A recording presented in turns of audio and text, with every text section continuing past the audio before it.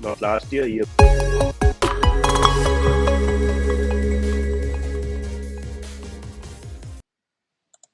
Welcome back to another episode of TechTalk360, where we unveil one bite at a time. Today we have one of a very special guest, who is Sanjay Mendis, a blockchain and cryptocurrency strategist and CEO of Bitaza Sri Lanka and Mauritius. How are you doing, Sanjay? Good morning. Hi, I'm good, Russell. Thank you. Excited to join this chat. Good morning. And thank you so much for accepting my invitation and coming into the podcast. Hope all the viewers will enjoy today and get something new to their package of cryptocurrency and digital transformation. Uh, to start off, Sanjay, who is Sanjay Mendis? Let's start it from there. Uh, well, I started my career in advertising and then I moved into tech with the initial launch of internet in Sri Lanka. And then after that, I founded my own company, 230 Interactive, which was doing digital strategy for companies like websites. Then it transformed into online marketing with Facebook, Instagram, all of that. Uh, as you know, if you're in tech, you have to evolve, right? So Yeah, actually this happened during COVID, and I basically was looking at transforming myself, right? What is the newer tech? Because new tech excites me. I'm not a technical guy; I'm a strategist. So then I moved into blockchain, right? Because I realized blockchain was going to be the next big thing in tech, and I was happy. At that time I was in Malaysia, and there was a lot of access. There was a lot of knowledge sharing there, even during COVID. So that's how I got into blockchain. I did a few courses. I qualified from INSEAD, and then I also was contacted by Bitaza. Bitaza is regulated crypto exchange in Thailand. Difference between regulated is it's managed by the SEC and the Central Bank of Thailand. Uh, Thailand was one of the first countries to regulate cryptocurrencies in the world, right? And so it was in 2019. And I joined them to actually grow their business in the region. We are looking to set up an exchange in Sri Lanka, looking at foreign inflows, not for Sri Lankans, but for inflows of foreign investments to the exchange, because India is the largest holder. So, and I also now set up Bitaza in the African region because that's also a growing thing. So that's a yeah, quick yeah. snippet of how I evolved into blockchain and crypto. Very, very interesting. So I think I'll just start it off from here. Some of our viewers might not know what actually blockchain is and all these digital currencies. Let's just give a small brief on what blockchain is in like simple terms to start from there. Yeah.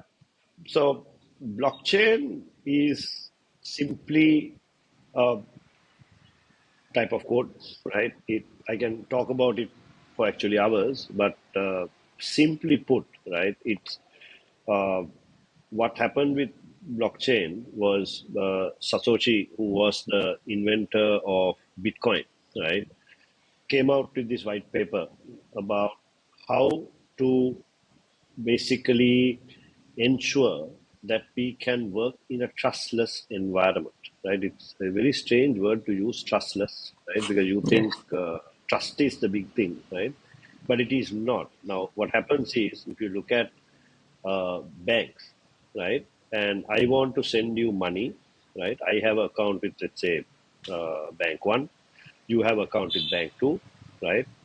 I will, let's say, write to a check or I will do online transfer, right, to Russell. So then my bank will debit my account and my bank sends the money to your bank, right? And your bank will credit your account, right? So that's how it happens.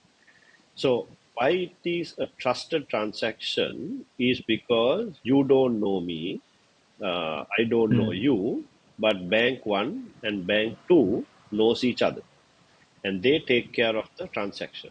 That they will charge us a fee, right? Depending on the network. So anything when it comes to LCs and all of that, So what simply put, blockchain works in a trustless environment, right? There is no middleman.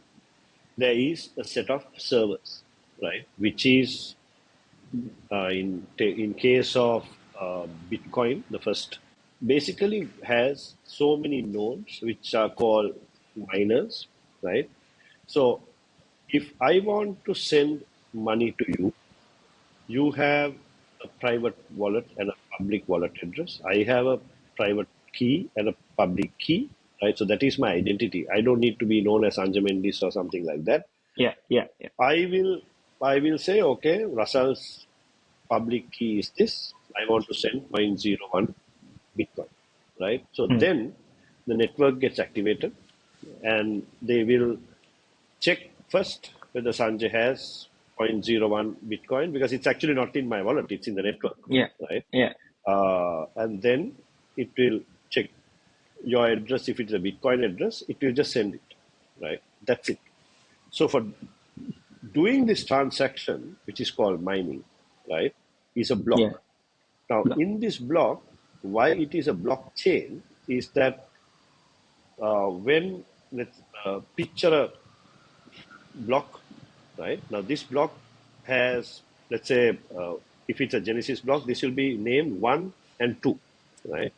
So the new block will be created 3 and 4, right? So in between, so this whole thing is connected to a lot of ledgers, right? So the ledger is shared by blockchain miners must be over millions now, right? With so much of Yeah, yeah, power, right? yeah. So that ledger gets updated everywhere, right? So the advantage of this is that if anybody wants to hack and take control of it, right, to change a block or do a new spin-off, right, what will happen is they have to take control over 51% of this mining power, Oh, which is now a near oh. impossibility. There is no computers in the world who can take that on because if you don't have more than 51% voting rights, a block will not get created, right? So you can do So a that you can do that fif- change, right? that 51% is a fixed amount. Yeah, above Yeah. 51%, right? Oh, So okay. you can do now. There had been communities who have built. If you look at the Litecoin chain, there are some chains that have gone off Yeah, Bitcoin, but again, yeah. it is using the same Bitcoin security and all of that, right? Oh, yeah, yeah, So yeah. what happens is it was meant for you and I to transfer money without a bank, right? So Hmm. with that, then Vitalik came, started, but there was no contract. And then Vitalik came and then founded Ethereum. Ethereum came up with the concept of smart contracts. Right? So Yeah. that is, I will pay you if you do something for me. Right? Now, that if you do something for me is completely managed electronically. Right? There is no you sending emails to me or something like that. Right? So, for example, let's say uh, a car lease, right? Let's say it's electric. Every 22nd of the month, your car lease, right? Now, if your car lease does not get paid on the 22nd of the month, right, you can give instructions to, if it's like, let's say it's a Tesla, right? They can, once your car comes to your house, the car will not start because they can disable the car, right? Oh, yeah. Insurance, right? So what's happening is it's cutting.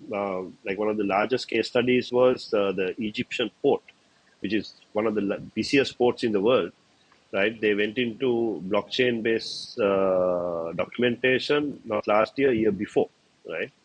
And the cost for documentation just went down by like I think 80%, and the speed right became a couple of seconds.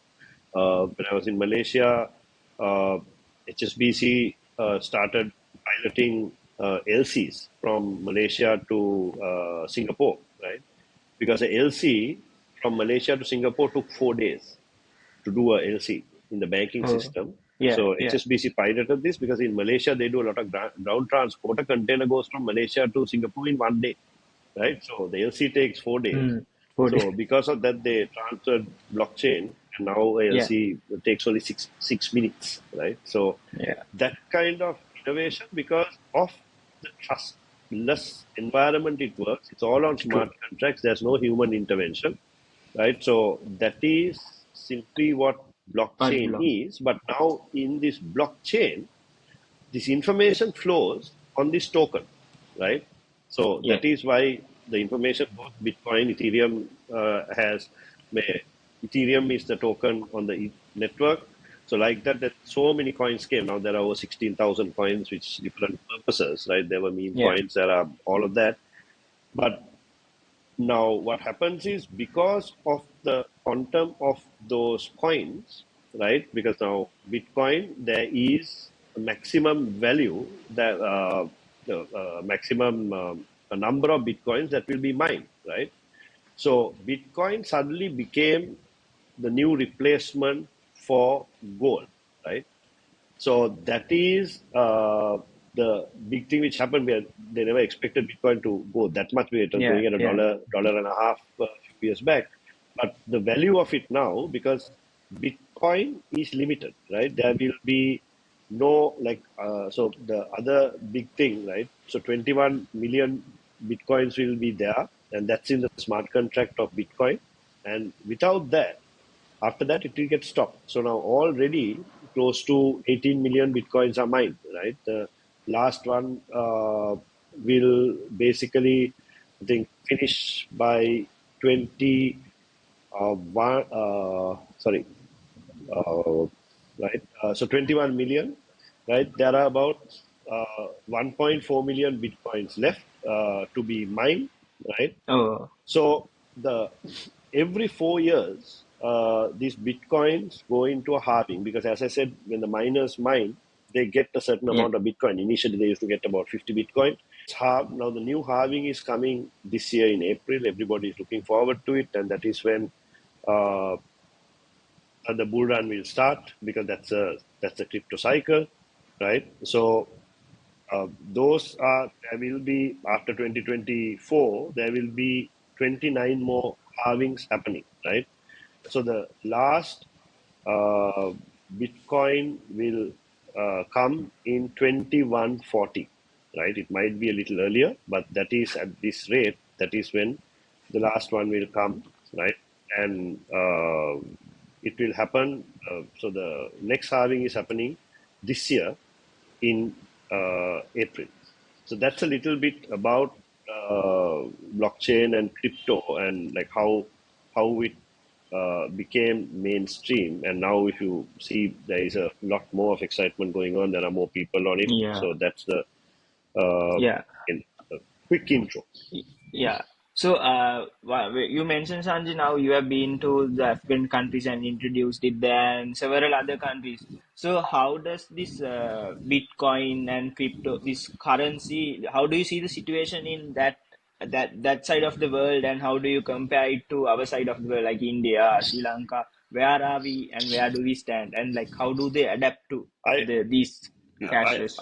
I would I would say South Asia is pretty backward when it comes to crypto, right?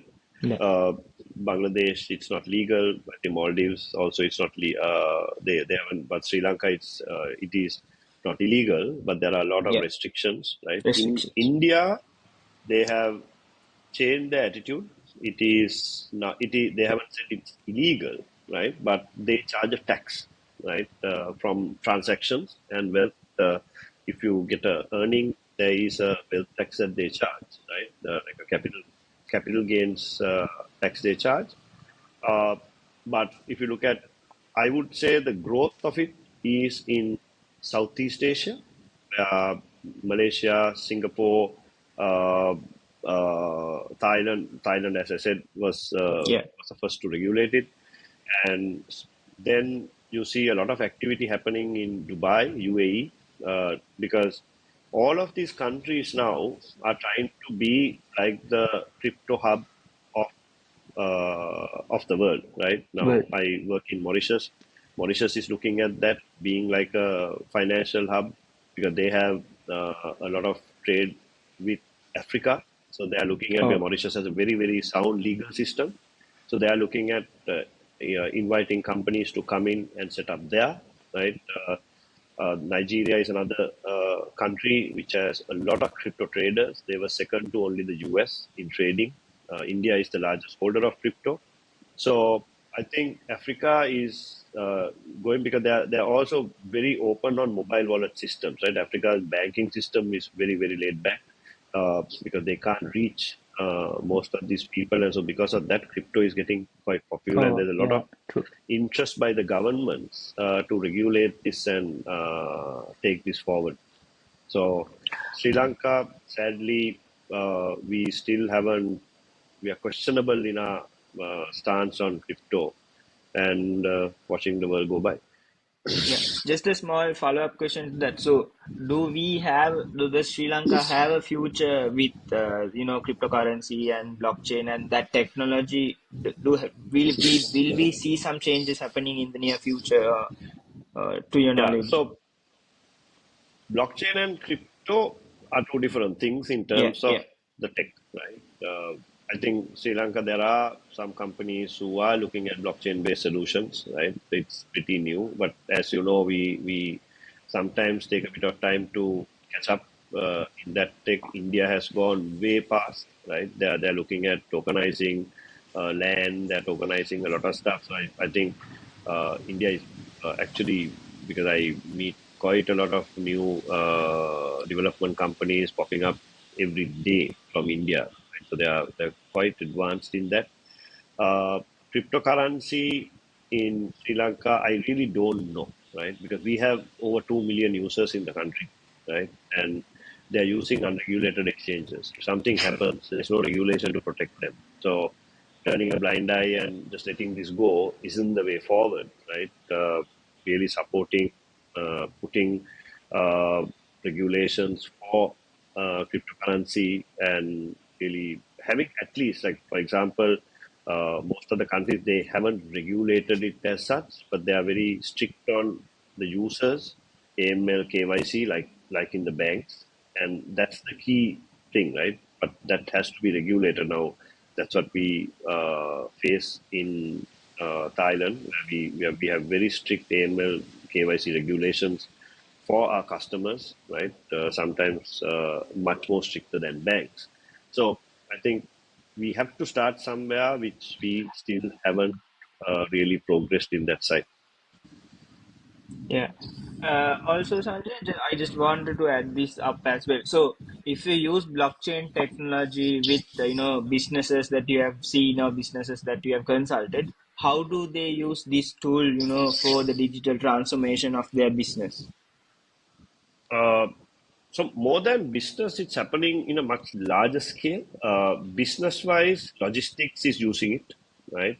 Because you can trace from, like, I've done projects, I've consulted to projects where you can trace a coffee bean to the coffee cup, right? Because of blockchain. Oh, Now, yeah. just imagine that being done for Ceylon tea, right?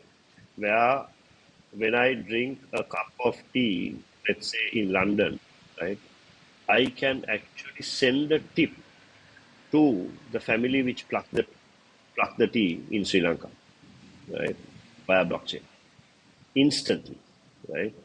That's the power it has, and also a lot of it has been used for tracing, right? Because you will see a label saying made in Sri Lanka, right? And it will go to UK. But how do you know whether it's made in Sri Lanka or it's a fake in China, whether they have put made in Yeah. Sri Lanka and sent it off, or fake in some other country? Ceylon tea, right? People mix Ceylon tea in Africa and then send it out and say pure Ceylon tea, right?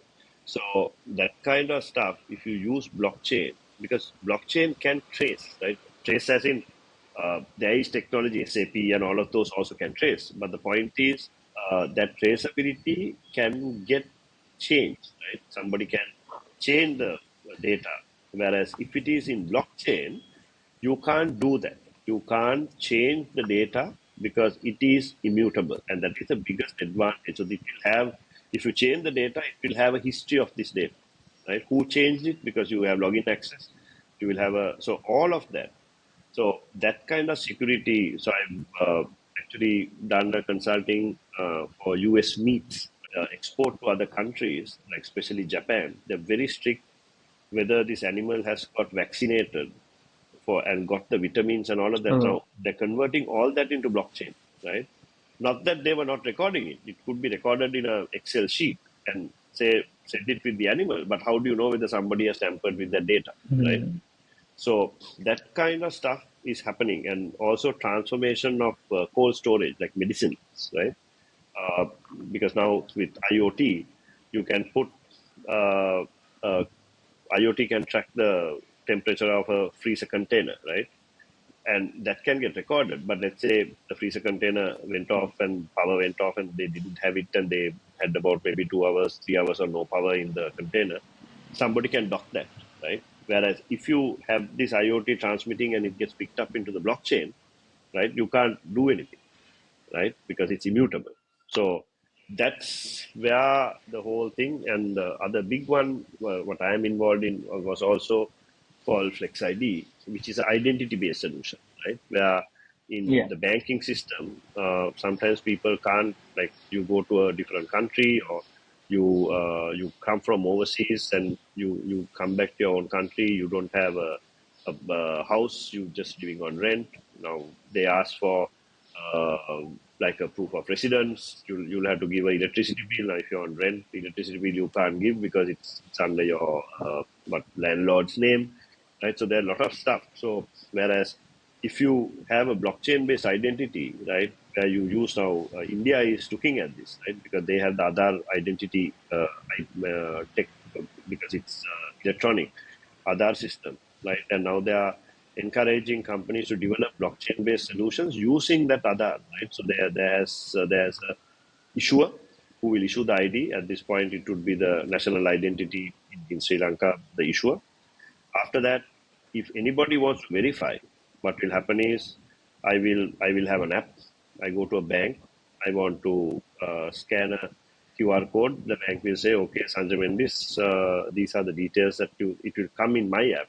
Right? Do you want to share these details? I will say yes, and these details will go to the bank. Right? So the KYC is done immediately, and there is no way that I can dock that. Like I can't have a false ID, right? I can't have yeah, two yeah. identities, right? Mm, Because it is in the blockchain. So those are the things which are progressing pretty fast in this space. yeah. Identity is one, tracing is one. I think now we have come to a good point to talk about a system that you have developed, Freedom.World. Let's talk about the story behind this. Yeah, so Freedom World is actually a sub brand of Bitasa. Why we launched that is because we want to expose the power of blockchain to everyone, right? And if you look at the Freedom app, you can download it. Yeah. Freedom.world is the URL. It's in the App Store and also the Play Store. You can download it. You can create a community. You can develop your own token. You can put a price on it. You can, let's say, one token can be 1 rupee, right? So you can have a TechTalk360 token, right? And what happens is Soon to be launched. you can, right? Soon to be Good, launched.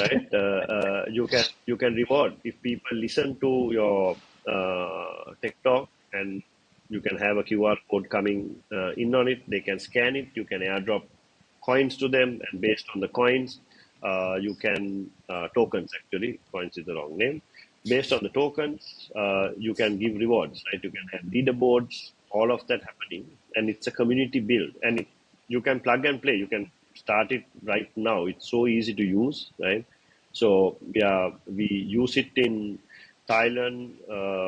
Raja Ferries, which is the largest ferry network in Thailand, is using this, and their sales went up by 1,000% when they converted it into this thing. Recently, I went for a event in Thailand, which was called Mystic Valley. From the ticket to all the purchases was done on this app. It was very, very easy. Right now, I've gone to events here where you stand, like the music is going on, but you're standing in a queue to buy a drink, which is taking 20 minutes to be in the queue.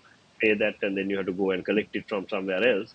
Whereas if you have this, there's a built-in e-commerce store. I can buy what I want using this token, scan a QR code, and the bartender can give me the drink, or I can give me food, right? Tickets.